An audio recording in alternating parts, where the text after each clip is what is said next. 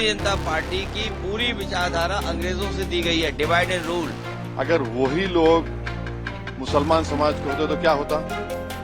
आपको सोचिए, तो कानून का इस्तेमाल जो है ना, मजहब को देखकर, पॉलिटिकल आइडियोलॉजी को देखकर इस्तेमाल किया जा रहा है। तो छाती ठोक करके कह रहे हैं कि हाँ हमने किया है, उनके खिलाफ FIR भी नहीं दर्ज कर रहे हो, FIR नेम्ड भी नहीं कर रहे हो। मुसलमान होता तो तुम छाती पर गोली मार देते।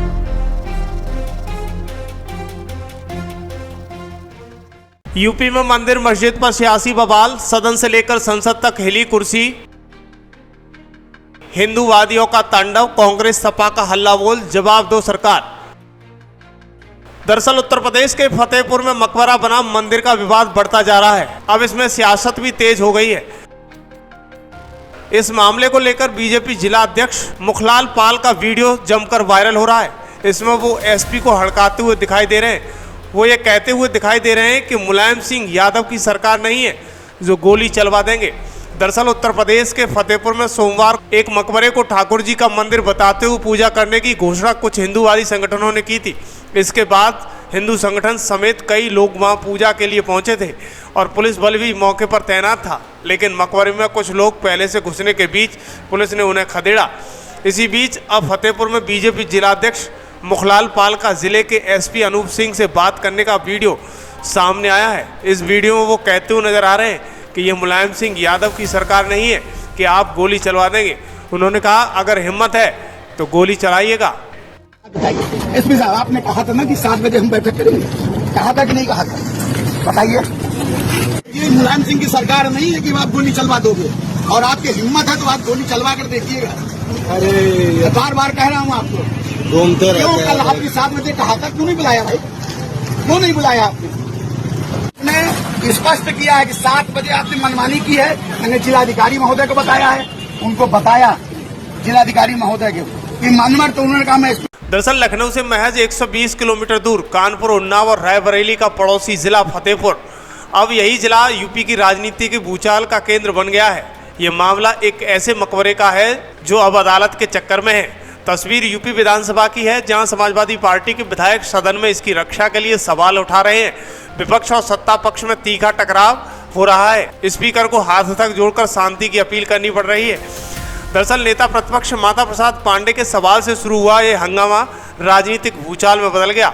ओवैसी की एंट्री हो गई। कांग्रेस सपा के बीच मुस्लिम वोट बैंक पर पकड़ दिखाने की होड़ लग गई और इमरान मसूद की सीधी चुनौती योगी को खुलेआम ललकारते हुए दिखाई दे रही है। दरअसल यूपी के फतेहपुर में बवाल और जमकर तोड़फोड़ के बाद बीजेपी अब मामले को सौहार्दपूर्ण ढंग से सुलझाने की बात कर रही है, लेकिन विपक्ष का आरोप है कि असली कोशिश समाज में नफरत फैलाना है। सूत्रों की माने तो वायरल वीडियो गवाही देता है कि फतेहपुर में बीजेपी जिला अध्यक्ष पर FIR क्यों नहीं हुई, लेकिन जब संभल में हिंसा भड़की तो वर्ग पर FIR हुई। लेकिन यहाँ बीजेपी जिला अध्यक्ष खुद कहते हुए वायरल हो रहे हैं कि हमने सनातनियों को बुलाया है, यहाँ शिव मंदिर है, पूजा करेंगे। इनका वीडियो जमकर सोशल मीडिया पर वायरल हो रहा है। एसपी साहब, आपने कहा था ना कि 7 बजे हम बैठक करेंगे, कहा था कि नहीं कहा था? बताइए। ये मुलायम सिंह की सरकार नहीं है कि आप गोली चलवा दोगे, और आपकी हिम्मत है तो आप गोली चलवा। दरअसल फतेहपुर की एक इमारत ने यूपी की राजनीति में आग लगा दी। फतेहपुर में 7 अगस्त को बीजेपी नेता और मठ संरक्षण समिति DM के दरबार पहुंचती है, दावा करती है कि ये शिव मंदिर है, पूजा करेंगे, और फिर 9 अगस्त को मुस्लिम पक्ष ने पलटवार किया, कहा कि ये मकबरा है, मंदिर बताना साजिश है। फिर 10 अगस्त को बीजेपी अध्यक्ष, RSS और हिंदू संगठनों ने ऐलान किया कि पूजा होगी, भीड़ जुटेगी। इसके बाद होता है जमकर संग्राम। दरअसल यूपी के फतेहपुर का मुद्दा बड़ा मुद्दा बनता चला जा रहा है। यूपी विधानसभा में समाजवादी पार्टी विधायकों ने मकबरे की सुरक्षा पर सदन में हंगामा किया और सुरक्षा की मांग की। सपा विधायकों का विरोध इतना था कि स्पीकर को हाथ तक जोड़ने की नौबत आ गई। कल एक सुनिए कल अगर आप लोगों में से मेरा निवेदन है, मेरा सुन लीजिए प्लीज। मैं सुबह से देख रहा हूं कि आप में से कुछ सदस्य हाउस चलाने में इंटरेस्टेड नहीं है, हर मामले के अंतर्गत कुछ कर रहे हैं। मेरा मन और सरकार का मन यह है कि हाउस चले।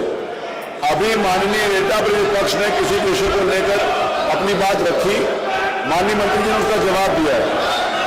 अगर आप मुद्दों के ऊपर चर्चा करना चाहते हैं, अगर आप विषयों के ऊपर चर्चा करना चाहते हैं जो मुझसे साहब ने नियम 56 के अंतर्गत दी है और उस पर चर्चा करना चाहते हैं तो मेरा आपसे रिक्वेस्ट है कि आप चलो।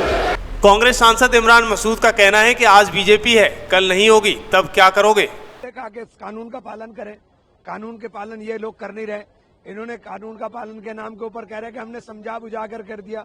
अरे जो मस्जिद उसके अंदर घुस करके मकबरे पर तोड़ फोड़ कर रहे हैं और जो छाती ठोक करके कह रहे हैं कि हाँ हमने किया है, तुम उनके खिलाफ FIR भी नहीं दर्ज कर रहे हो, FIR नेम्ड भी नहीं कर रहे हो। मुसलमान होता तो तुम छाती पर गोली मार देते। वही सपा मुखिया अखिलेश यादव का कहना है कि जब बीजेपी की पोल खुलती है तो सौहार्द बिगाड़ने की साजिश होती है।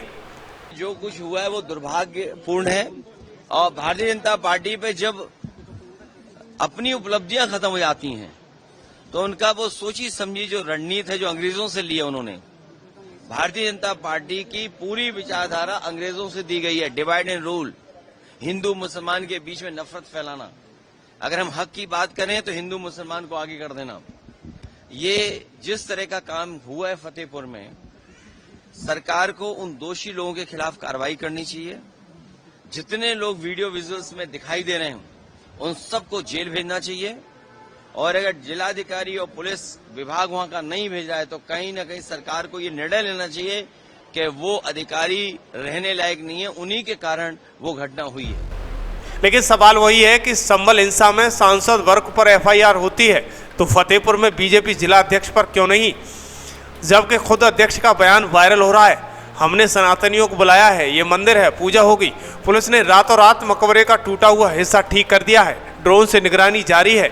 ओवैसी का आरोप है कि यूपी फिर कल्याण सिंह के दौर में है, कानून धर्म के इशारे पर चल रहा है। जाया जा रहा है और पुलिस कुछ नहीं कर रही है।